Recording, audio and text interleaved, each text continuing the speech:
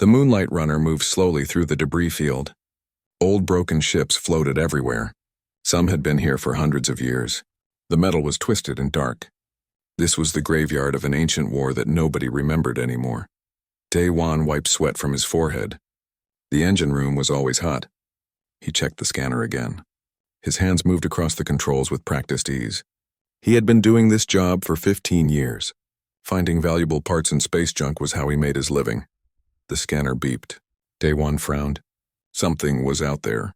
It was small, but it had power. That was strange. Most things in debris fields were dead and cold. He pressed the communication button. "Captain Mira, I found something." "It has a power signature." Captain Mira's voice came through the speaker. She sounded tired. "Is it worth our time, Daewon?" "I don't know. It's different from the usual junk. Send the coordinates to Young-ho. Let's take a look." Young-ho was their pilot. He was younger than Daewon, always smiling, always making jokes. The ship turned smoothly under his control. Within minutes, they were close to the object. It was an escape pod. Small and damaged. The metal was scarred with burn marks, but the emergency beacon was still blinking weakly. "There might be someone inside," Young-ho said over the radio. His voice had lost its usual cheerfulness. Captain Mira hesitated. Daewon knew why. Rescues were complicated. They could bring trouble. The galaxy was full of people running from something. But Mira was a good person. She had left the military because she refused to follow an order that would have hurt innocent people. "Bring it in," she finally said. Carefully, Young-ho used the tractor beam. The pod shook as it was pulled into the cargo bay. Daewon left the engine room and went to meet the others. Dr. Bo-Ra was already there with her medical kit. She was an older woman with gray hair and sharp eyes. Nothing surprised her anymore. The pod's door was damaged. Daewon grabbed his tools. It took him 10 minutes to open it. When the door finally hissed open, they all stepped back. A woman was inside. She was curled up in the emergency seat. Her skin had a strange blue-gray color and seemed to glow faintly. Daewon had seen many alien species, but this one was new to him. She was thin, too thin. Her clothes were torn and dirty. But what made everyone gasp was her face. Her mouth was scarred. Old scars, carefully made. They could all see what had been done to her.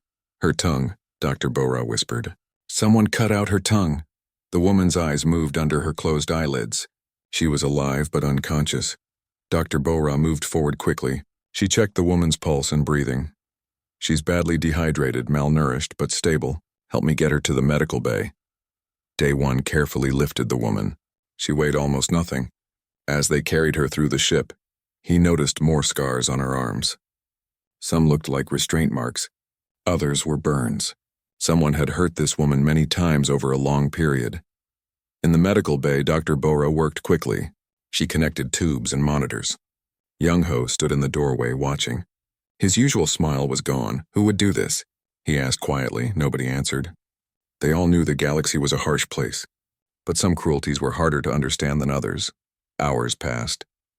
Dr. Bo-Ra finished her initial treatment. The woman's vital signs improved slowly. As the doctor examined her blood, she made a strange sound. "This is remarkable," she said. "What is?" Daewon asked. "Her cells. They're regenerating at an incredible rate. I've never seen anything like it." Despite her condition, her body is healing itself. Very slowly, but it's working. Captain Mira entered the medical bay. I checked the pod's computer. Most of the data is corrupted, but I found part of a star chart and some Valthek military codes. Everyone looked at each other. The Valthek Empire controlled a large part of the galaxy. They were powerful and ruthless. They took what they wanted from weaker worlds. Daewon's own home planet had been stripped of resources by the Valthek. His family had died during the famine that followed. "So she's running from them," Young-ho said. "Probably," Captain Mira replied. "The question is why, and whether they're still looking for her." Daewon looked at the woman. Even unconscious, she seemed afraid. Her hands were clenched. Her breathing was shallow. "We should help her," he heard himself say. Captain Mira studied him. "That might be dangerous." "Everything is dangerous," Daewon replied. "She needs help." "That's enough reason," Young-ho nodded. "I agree. We can't just dump her somewhere." Captain Mira sighed. "All right, but everyone stay alert. Dr. Bo-Ra, let me know when she wakes up." The woman woke up 6 hours later. Daewon was sitting nearby, maintaining some equipment. He heard a small sound and looked up. Her eyes were open. They were large and bright yellow. When she saw him, pure terror crossed her face. She tried to jump up but was too weak. She fell back on the bed, breathing hard. Day One raised his hand slowly. He didn't move closer. "It's okay. You're safe. Nobody will hurt you here." She stared at him. Her chest rose and fell rapidly. She opened her mouth, but no words came out. Just a small broken sound. Then she seemed to remember. Her hand went to her mouth. Tears filled her eyes. Day One felt something break inside his chest. He had seen a lot of pain in his life. But this was different. He stood up slowly and went to the small sink. He filled a cup with water. Moving carefully, he approached the bed and held out the cup. "Drink," he said gently. "You need water." She looked at the cup, then at him, then back at the cup. Slowly, she reached out. Her hand was shaking.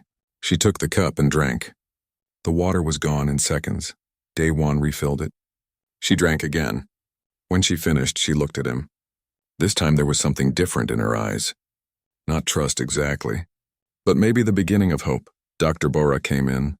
The woman tensed again but didn't try to run. The doctor checked her vital signs and smiled. "You're doing better. Do you have a name?" The woman pointed to herself. Then she made gestures with her hands. She was trying to communicate. Young Ho, who had been watching from the door, stepped forward. "Wait, I know some basic sign language. Let me get a data pad. Maybe we can figure this out." It took time, but eventually they understood. Her name was Hana. She was from a species called the Serini, and she had been a prisoner of the Valthek Empire for 20 years. As they began to piece together her story, Day One realized something. They had not just found a refugee. They had found someone with a secret. A secret important enough that the most powerful empire in the galaxy had tried to silence her forever. And now that secret was aboard the Moonlight Runner. Hana sat in the common room, writing in a data pad. Her hands moved quickly across the screen. The crew of the Moonlight Runner had given her space and time. 3 days had passed since they found her. She was stronger now. Dr. Bora's treatment had helped. Day One entered the room with 2 cups of hot tea. Hana had discovered she liked human tea. It was one of the first things that made her smile. A small smile, but it was something. He sat down across from her and pushed 1 cup toward her. She nodded her thanks and took it. Her bioluminescent skin glowed a little brighter. Day One had learned this meant she was feeling calmer. "Are you ready to tell us your story?" he asked gently. Hana looked at him for a long moment. Then she turned the data pad around so he could read.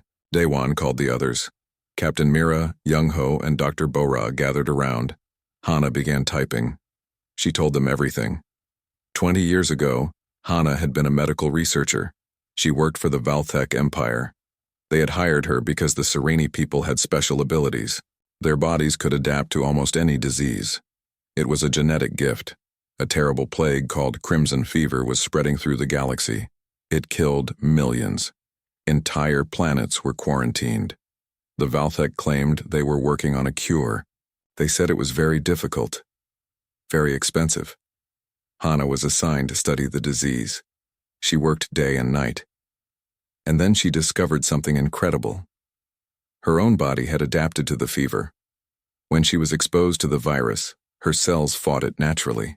Her blood contained antibodies, natural antibodies that could cure the disease. She was excited. She reported her findings to her superiors. She thought they would be happy. Finally, they could save people. Finally, the plague could end. But they were not happy. The Valthek Empire was making enormous profits from the plague. They sold expensive treatments that only delayed death. They didn't cure anyone. Sick colonies paid everything they had for a few more months of life. The Empire controlled entire star systems this way. Her superiors told her to destroy her research. They ordered her to never speak of it again. Hana was horrified. People were dying. Children were dying. And the Empire had the cure but refused to use it. She couldn't stay silent. She tried to send her research to medical facilities outside the Empire. She tried to leak the information to the press. She thought if people knew the truth, they would demand the cure. But the Valthek caught her before she could succeed. Commander Thex personally supervised her punishment. He was a high-ranking military officer, cold and efficient. He told her that spreading lies about the Empire was treason. They held her down. The medical officer used precise instruments. They cut out her tongue completely. Thex wanted to make sure she could never speak again, never tell anyone what she knew. Then they sent her to a research station in deep space. The station was where the Empire studied diseases. Hana was kept in a cell. They took her blood regularly. They studied her antibodies, but they never used them to help anyone. Years passed. Hana lost hope. She thought she would die on that station. Then, 6 months ago, something happened. A group of prisoners rioted. They had nothing to lose. The station's security was overwhelmed. In the chaos, Hana escaped. She stole an emergency pod and launched into space. She had been running ever since. The pod systems were failing. She was running out of supplies. She thought she would die in space. It seemed better than capture. Then the Moonlight Runner found her. When Hana finished typing, the room was silent. Young-ho had tears in his eyes. Captain Mira's face was hard with anger. Dr. Bora looked sick. Daiwan felt rage burning in his chest. He had always known the Valthek were cruel. But this was different. This was evil. Your blood still has the antibodies? Doctor, Bora asked. Hana nodded. Dr. Bora stood up quickly. I need to run tests. If what you're saying is true, we could synthesize a cure. A real cure. The Empire will come after us, Captain Mira said quietly. If we do this, we're making ourselves their enemies. We're already their enemies, Young-ho said. Anyone with a conscience is their enemy. Daewon looked at Hana. What do you want to do? She typed on her datapad. The words appeared slowly. I want to finish what I started. I want to save them. All the people still dying. Captain Mira took a deep breath. Then we need a plan. Dr. Bora, start your analysis. Young-ho, plot a course to Haven's Edge. It's a neutral station. We might find allies there. Daewon, make sure this ship is ready to run, because when the Empire finds out what we're doing, they will hunt us. Everyone moved to their tasks. Hana reached out and touched Daewon's arm. He looked at her. She put her hand over her heart, and then pointed at him. At all of them. Thank you. That's what the gesture meant. The ship was 2 days from Haven's Edge when Dr. Bora confirmed it. Hana's blood contained the cure. It was stable. It could be synthesized. It could save millions of lives. But that same day, the ship's sensors picked up something else. A Valthek patrol vessel was approaching. Fast, Young-ho's voice came over the intercom. Everyone hold on. We've got company and they don't look friendly. The Valthek ship was bigger, faster, better armed. Captain Mira ordered evasive maneuvers. Young-ho pushed the Moonlight Runner to its limits. They're hailing us, Captain Mira said. They're demanding we surrender the Sereni fugitive. Daewon was in the engine room watching the systems strain. We can't outrun them in open space. Then we don't use open space, Young-ho replied. There's an asteroid field ahead. If I can get us in there, their bigger ship will have trouble following. That's insane, Captain Mira said. Do you have a better idea? She didn't. Do it. The Moonlight Runner dove into the asteroid field. Rocks the size of buildings spun past. Young-ho's hands flew across the controls. He twisted the ship between impossible gaps. Behind them, the Valthek ship followed but had to slow down. Then one of the asteroids clipped their rear shields. The ship shuddered. Alarms screamed.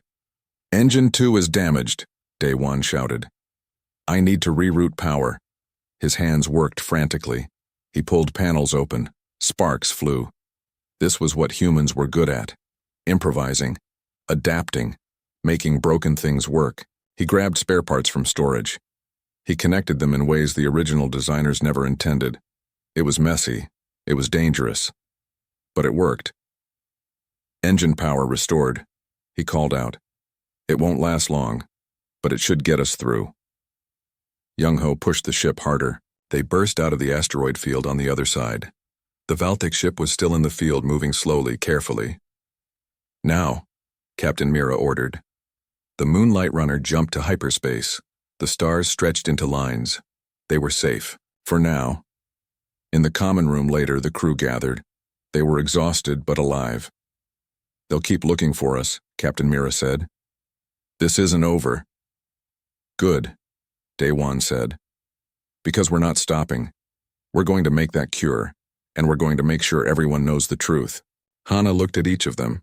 Her skin glowed bright with emotion. She typed on her datapad. Together. Together, they all agreed. Haven's Edge was massive. The station hung in space like a small city. Ships of every size and design moved around it. This was neutral territory, a place where different species could meet and trade without war. The Moonlight Runner docked at a lower level.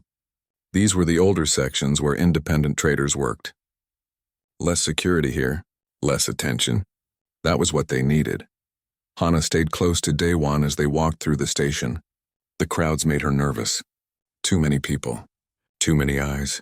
But she was learning to trust the crew, especially Day-Wan. He was patient and kind. He never pushed her. They found Dr. Taeyang's clinic in a quiet corner of the station. The door was old and dented. The sign was faded. But inside, the medical equipment was top quality. Dr. Taeyang was a thin man with tired eyes. He had been a military doctor once. Then he saw too much death, too many people dying because they couldn't afford medicine. So he left and started helping people for free. Dr. Bora explained everything. Taeyang listened carefully. When she finished, he was quiet for a long moment. I've been treating crimson fever patients for years, he said, watching them die slowly. If what you're saying is true, this changes everything. It's true, Dr. Bora assured him. I've run every test. The antibodies are stable. We can synthesize them, Taeyang nodded slowly. But you'll need rare isotopes for the synthesis process. The Valthek control the supply. They keep it locked down specifically to prevent anyone from making unauthorized medicines. So we steal it, Young-ho said simply. Everyone looked at him. What? They stole 20 years from Hana. They're letting millions of people die. I don't feel bad about taking some of their isotopes. Captain Mira rubbed her temples. Breaking into a Valthek supply depot is suicide. Not if we're smart about it, Day-Wan said. He was thinking, planning. The Valthek rely on their technology, their systems, but humans are good at finding ways around systems. Hana touched his arm. She pointed to herself and then made gestures. She wanted to help. You know their security systems, Day-Wan said, understanding. You worked for them. She nodded. Her fingers moved across her datapad. I remember their codes, their protocols.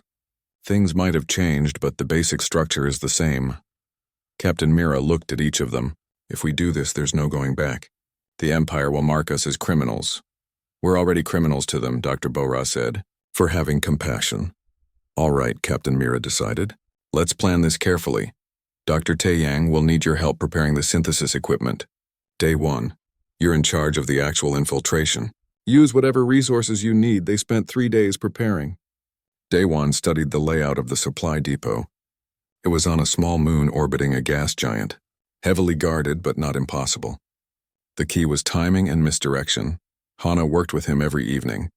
She showed him the security patterns, where the cameras were, when the guards changed shifts, how the access codes were structured. Young-ho practiced the approach route. The depot had sensor nets, but there were gaps, small windows where a fast ship could slip through. The night before the mission, Day-Wan couldn't sleep. He sat in the common room drinking cold coffee. Hana found him there. She sat down beside him. She typed on her datapad. Are you afraid? Yes, he admitted. I'm afraid I'll fail. That people will die because I couldn't get the isotopes. She was quiet for a moment. Then she typed more. I was afraid for 20 years. Every day. But then you found me. You gave me hope. Now I want to give hope to others. Day-Wan looked at her. In the dim light, her bioluminescent skin glowed softly. She had been through so much.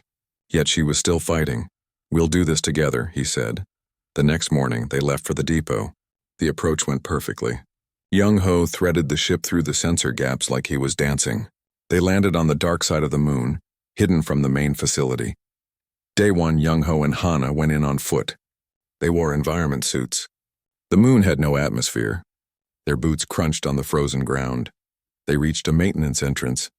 Hana connected her datapad to the access panel. Her fingers flew across the screen. She had to be fast. If she took too long, the system would flag the attempt. The lock clicked open. They were in. Inside, the depot was cold and sterile. Everything was white walls and harsh lights. They moved quietly through the corridors. Hana led the way. She knew where the isotope storage would be. They passed 2 guards without being seen. Young-ho was sweating inside his suit. He didn't like enclosed spaces, but he kept moving. The storage room was protected by another lock. This one was harder.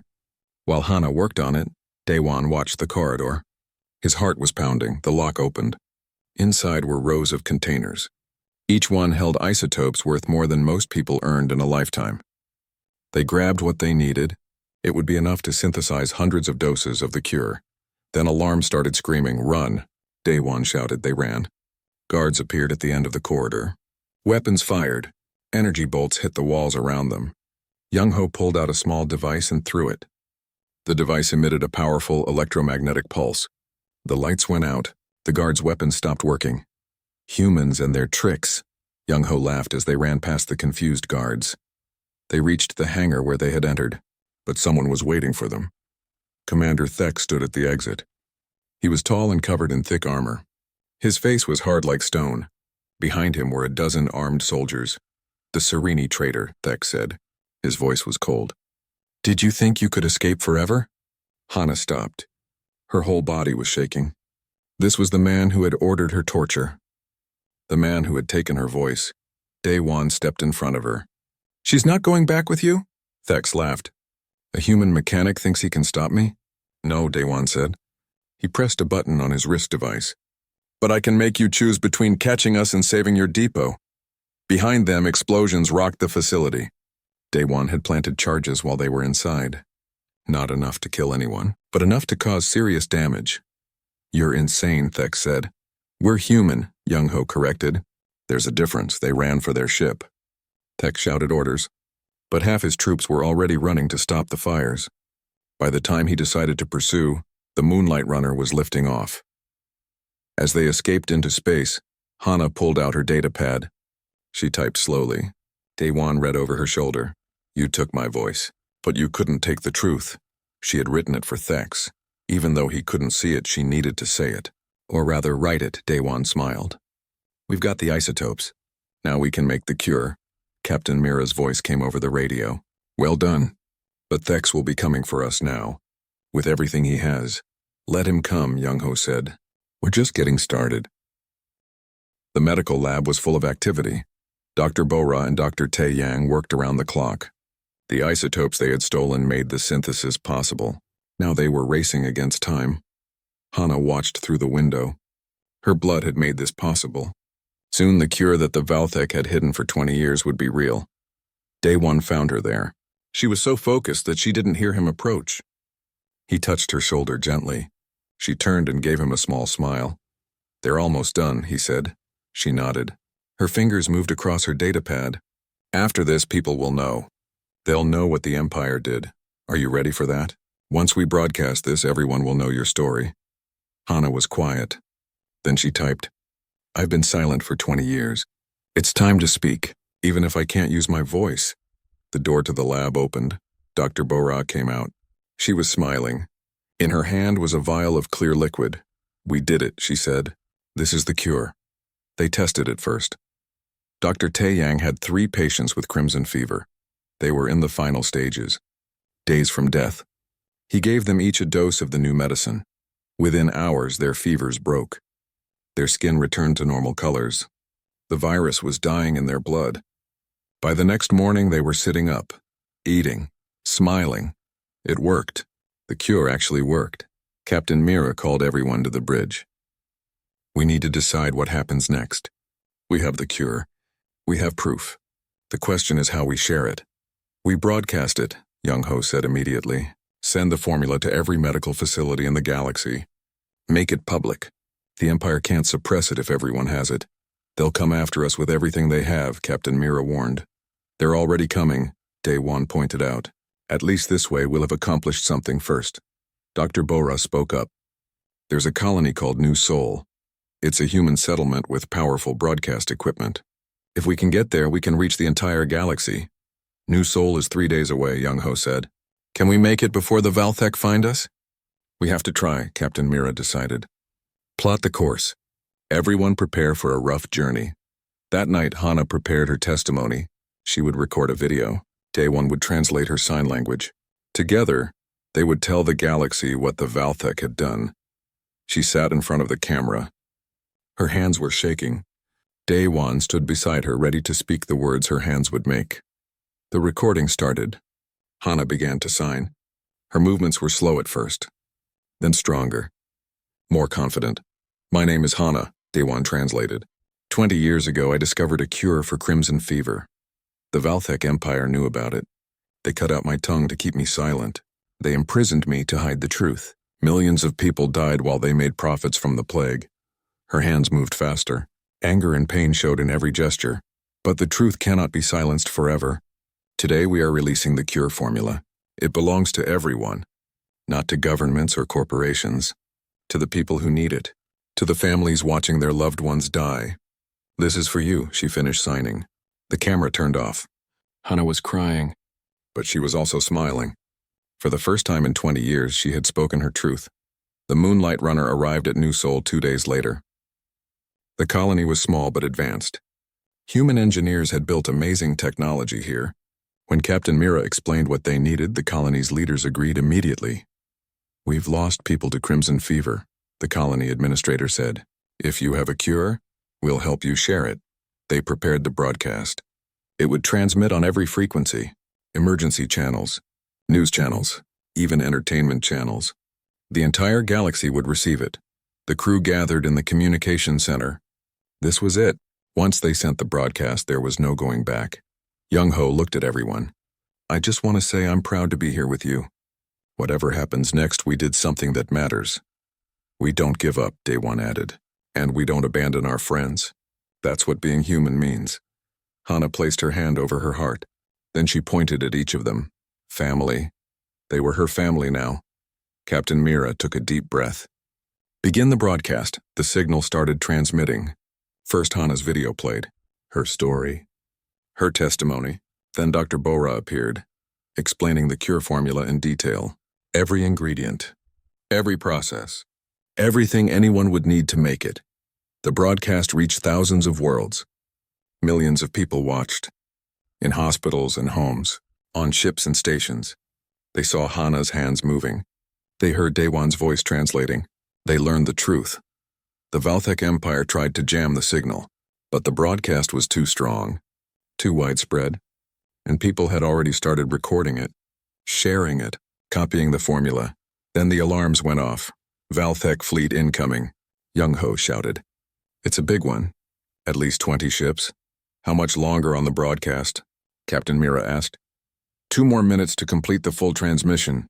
Then we hold them off for 2 minutes. New Sol's defense fleet launched. They were outnumbered but fought bravely. The colony's weapons fired at the approaching Valthek ships. On the Moonlight Runner, Day One worked frantically. He needed to boost the broadcast signal. Make sure it reached everywhere. His hands flew across the controls. "I'm routing power from the engines," he called out. "We won't be able to run, but the signal will be stronger." "Do it," Captain Mira ordered. The Valthek fleet opened fire. Energy weapons lit up the space around New Sol. The colony's shields held but were weakening. Young Ho had an idea. He opened a channel to all the civilian ships in the area. Hundreds of traders, travelers, and tourists. This is the Moonlight Runner. We're broadcasting a cure for crimson fever. The Valthek are trying to stop us. If you can help even for just 2 more minutes, you could save millions of lives. For a moment, nothing happened. Then one ship moved forward. Then another. Then dozens. The civilian ships formed a barrier. They didn't have weapons, but they had courage.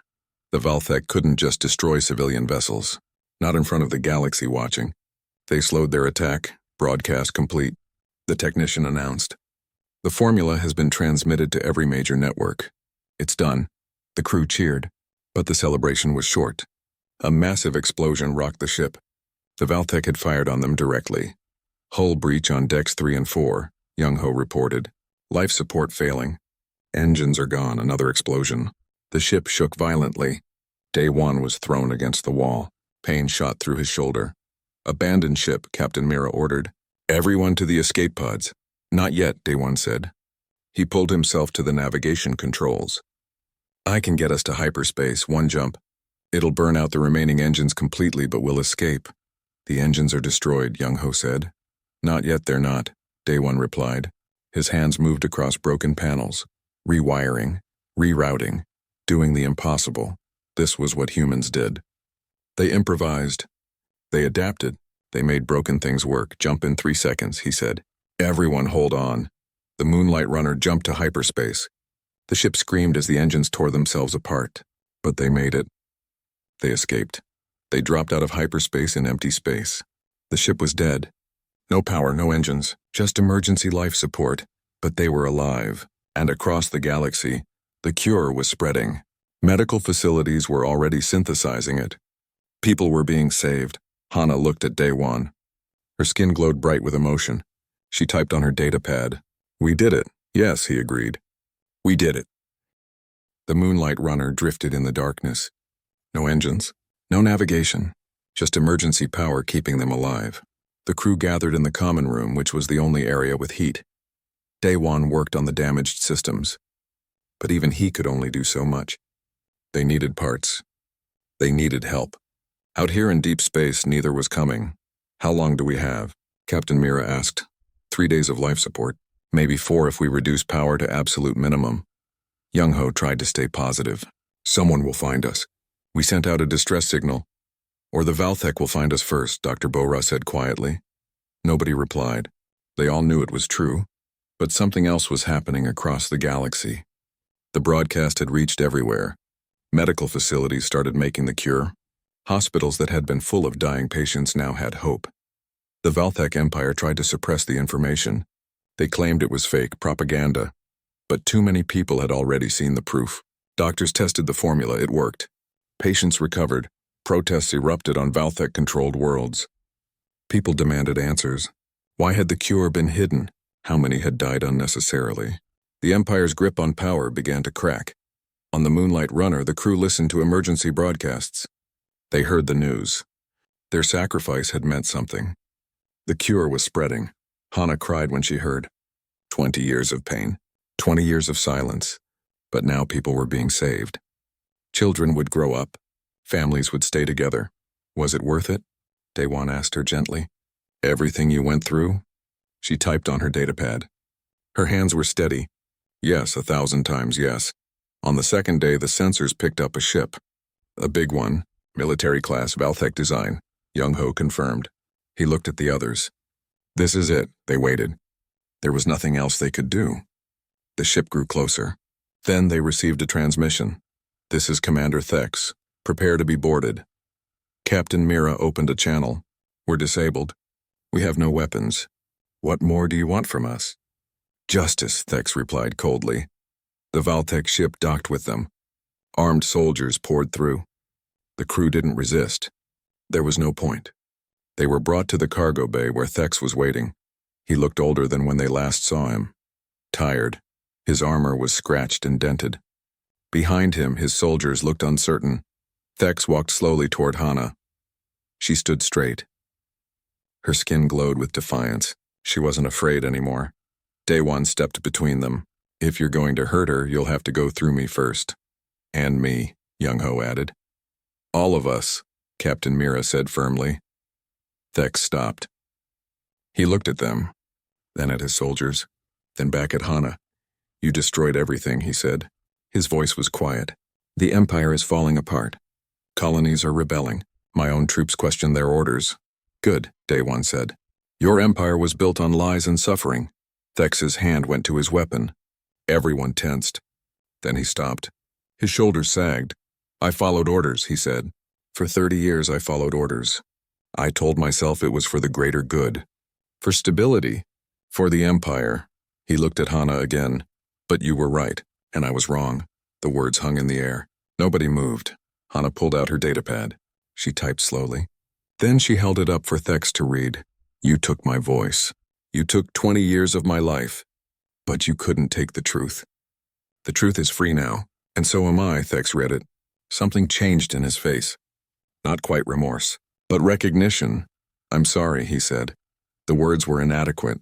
They couldn't undo what had been done. But they were something. My orders are to execute you all, Thex continued. To make an example. To show what happens to traitors. Daewon's hand found Hana's. He squeezed gently. But I'm not going to follow those orders. Thex finished. Not anymore. He turned to his soldiers. Stand down. We're leaving. The soldiers looked confused. Sir? I said stand down. That's an order. Before he left, Thex looked at Hana one more time. For what it's worth, you were the bravest person I ever met. I was too much of a coward to see it. Then he and his soldiers were gone. The crew stood in silence. Young-ho finally spoke. Did that really just happen?